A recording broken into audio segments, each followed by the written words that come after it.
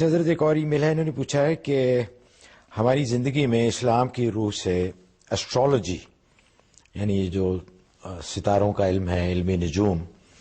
اس کی کیا حیثیت ہے؟ یہ تو واضح ہے کہ احادیث طیبہ میں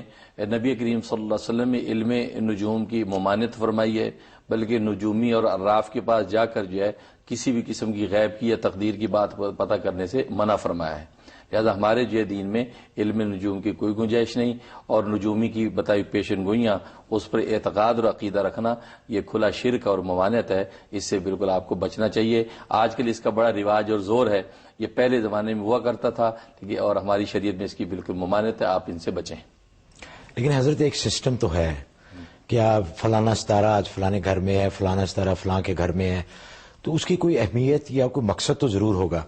یا میں جیسے آپ کو یہ مثال دیتا ہوں کہ یہ جو انگلی ہے ہماری، اس کا یہ صرف اوپر والا جو ہے، اب دنیا میں اربوں کھربوں لوگ آئے اور چلے گئے،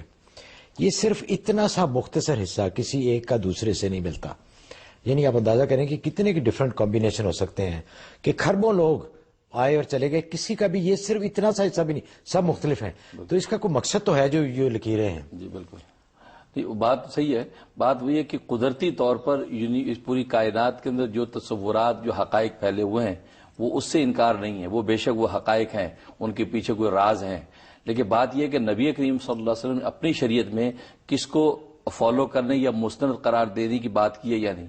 اس لیے کہ ہمارا دین بڑا سیدھا سادہ ہے، اس لیے نبی کریم صلی اللہ علیہ وسلم نے ان باریکیوں میں امت کو نہیں ڈالا، سیدھے سیدھے تصورات بتا دیے کہ یہ سیدھے سیدھے، کیونکہ اگر ان باریکیوں میں ڈال دیتے تو جیسے پہلی امتیں گمراہ ہو گئیں انہی باریکیوں کی وجہ سے، ورنہ یہود و نصارہ بڑے پڑھے لکھے لوگ تھے، اس وجہ سے گمراہ ہو گئی۔ لہٰذا اندیشہ یہ تھا کہ یہ امت بھی گمراہ ہو جاتی، اس لیے ہمیں اس میں نہیں ڈالا، ہمیں سیدھے سیدھے ایمان پر قائم رکھا۔